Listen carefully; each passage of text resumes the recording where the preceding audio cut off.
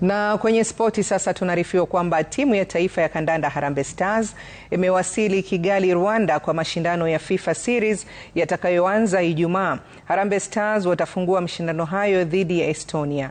Kocha Benni McCarthy alifanya kikao kimoja tu cha mazoezi mjini Nairobi siku ya Jumatatu na kisha timu ikaondoka kuelekea Rwanda mapema Jumanne asubuhi.